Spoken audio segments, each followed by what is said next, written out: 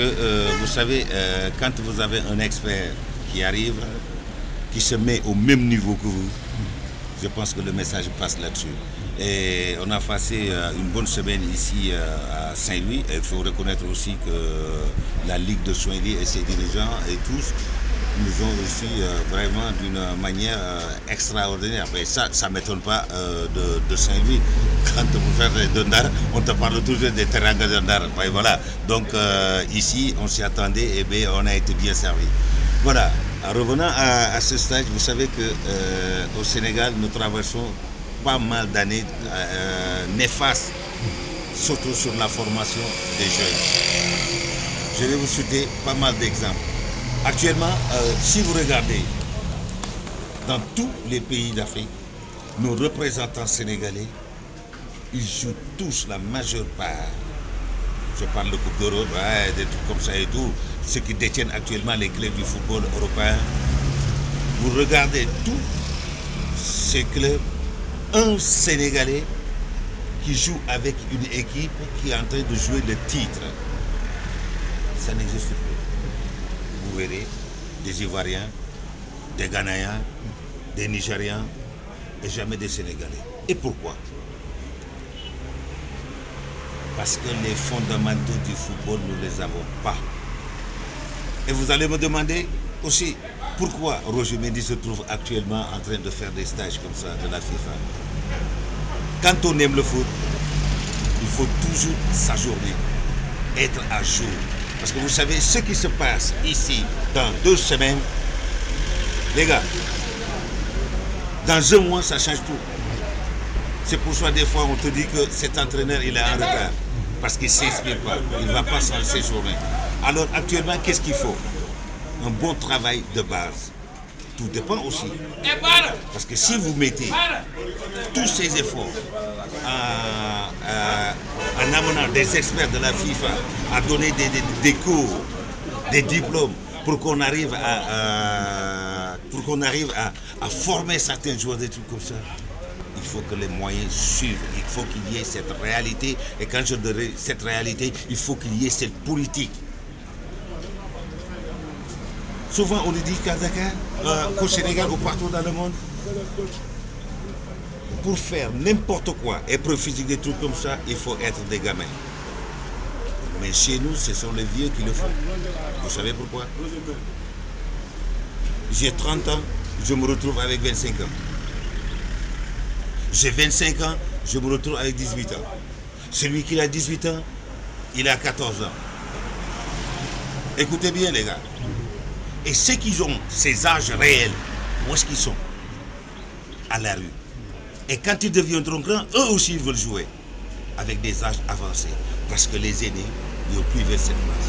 Alors avec ces jeunes-là, qu'est-ce qu'ils vont faire? Eux aussi, ils vont rabasquer, raboter et pour jouer à leur, du moins à leur niveau, or qu'ils étaient déjà vieux.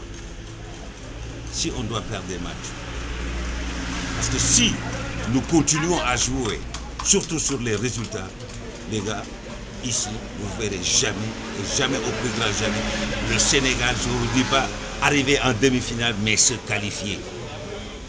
Alors aujourd'hui, selon c'est un bon travail de base. De base, quand on dit de base, ce sont des infrastructures, avant tout. Et après, travailler avec des jeunes. Je vais vous donner, je vais vous faire rigoler un petit peu, parce que c'est ma façon d'être. On vous dit que dans l'école de football, il faut rentrer à 6 ans. Et vous avez 10 ans devant vous pour faire l'école de football. Vous en avez 10 ans. Donc, des gamins sortent à l'âge de 16 ans. L'âge de 16 ans, c'est l'âge de la confrontation. Ils doivent aller se confronter. Pourquoi? Maintenant, ils arrivent à l'âge de 16 ans. Ils ont tout appris du football. Et qui c'est qui les avait? Ces jeunes. Qui c'est qui les a encadrés? Comment ils s'appellent? Ce sont des entraîneurs et éducateurs. Ils ont mis quelque chose sur la mémoire de ces gosses pour qu'ils les ont préparés pendant 10 ans, donc ils sont prêts à aller monnayer leur talent. C'est en ce moment que rentre l'entraîneur, en vous parlant des tactiques, des systèmes, de n'importe quoi. Est-ce que le jeune qui a fait la formation sera en grade de répondre à l'entraîneur? Si. Et celui qui ne l'a pas fait? Actuellement, c'est là où on est, nous, le Sénégal. Il y a pas mal de talent, mais on n'arrive rien à comprendre sur le terrain. Non, non, non, parce que là, je vais répondre de suite. Parce que là, est-ce qu'au Sénégal, il n'y a jamais eu une politique sportive? Il y a une politique sportive dans ce pays? J'ai répondu à cette question. Ça, c'est une politique du sport. Il faut qu'on s'assoie sur la table et commence à discuter. Parce que des fois, on te dit le football au footballeur. C'est faux.